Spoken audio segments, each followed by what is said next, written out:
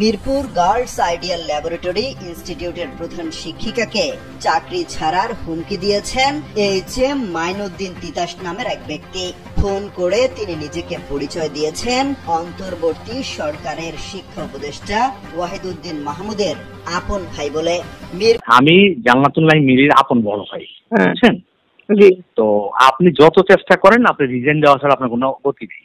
আমার বড় ভাই আগামীকালকে শপথ গ্রহণ করতেছে শিক্ষা উপদেষ্টা হিসাবে, ডক্টর ওয়াহিদুদ্দিন মাহমুদ। আপনি যদি বাংলা বিএনপির ভাইস চেয়ারম্যান নিয়ে আসেন, আপনার শেষ রক্ষা নাই। খন্দকার হুমায়ুন কবির জয়েন করবে কালকে শিক্ষা সচিব হিসাবে, বুঝছেন? এগুলো সব আমার চয়েস, আমি করে দিচ্ছি। আপনি রিজাইন দেওয়া ছাড়া আপনার কোনো গতি নেই। আর রিজাইন যত তাড়াতাড়ি দিবেন তত তাড়াতাড়ি আপনি আদম ব্যবসার সঙ্গে জড়িত টিএম ওভারসিজ নামে তার একটি প্রতিষ্ঠান রয়েছে। নিজেকে বিএনপির বড় নেতা বলেও দাবি করেন তিনি।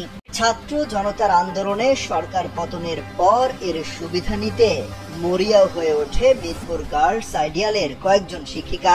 প্রধান শিক্ষিকার পদত্যাগের দাবিতে হঠাৎই শোরগোল শুরু করেন তারা। উস্কানি দিয়ে এই কাজে রাস্তায় নামান কিছু শিক্ষার্থী ও অভিভাবককে।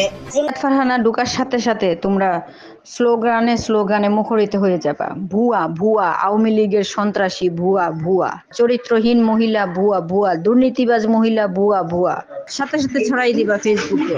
হেডলাইন হবে আইডিয়ালের প্রধান শিক্ষিকা টর্চারিং। সরাসরি লাইভে যাবা, পদত্যাগ করে তারপরে ওনাকে এখান থেকে বের হতে হবে ইনশাআল্লাহ। শিক্ষা প্রতিষ্ঠানকে অচল করে দেওয়ার ষড়যন্ত্রের প্রতিবাদে মিরপুর গার্লস আইডিয়ালের সামনে পাল্টা মানববন্ধন করেন সাবেক ও বর্তমান শিক্ষার্থী, অভিভাবক ও এলাকাবাসী। কিন্তু এই কর্মসূচিতে কেউ যেন না আসে, সেজন্য তাদের অচেনা নম্বর থেকে দেয়া হয়েছে রক কেটে ফেলার হুমকি। আজকে যাতে কোনো রকম ভাবে যদি তুমি আজকে স্কুলে না যাও, ঠিক আছে? যদি যাও তাহলে তোমার সমস্যা হবে, বুঝছো? কি সমস্যা হবে আপনি বলেন, আপনার পরিচয় বলেন। আমার পরিচয় বলা লাগবে না, বলছি না যাইবা না। যদি যাও তাহলে এক একটা ঠেঙে নলি কাটা হইবে। তোমরা যারা প্ল্যান করতেছো যে আজ স্কুলে যাইবে, যদি যাও না এক একটা বাইচা রক কাটা হইবে, বুঝছো? এতটুকুই বই লাগলাম, এতটুকুতেই থাকি। নাশকতার আশঙ্কায় মিরপুর থানায় দুটি সাধারণ ডায়েরি করেছেন প্রধান শিক্ষিকা জিনাত ফারহানা এবং তার বড় মেয়ে মাইশা মনোয়ার। 2016 সালে মিরপুর গার্লস আইডিয়ালের সহকারী প্রধান শিক্ষক থাকাকালে জিনাতের বিরুদ্ধে দুর্নীতি এবং অনিয়মের অভিযোগ এনে তাকে বরখাস্ত করেছিলেন সাবেক স্থানীয় সংসদ সদস্য ইলিয়াস মোল্লা। তদন্তে অভিযোগের সত্যতা পায়নি দুর্নীতি দমন কমিশনও। 1 বছর 2 মাস পর সমমর্যাদায় চাকরি ফিরে পান জিনাত। 2022 সালে পদোন্নতি হয় তার।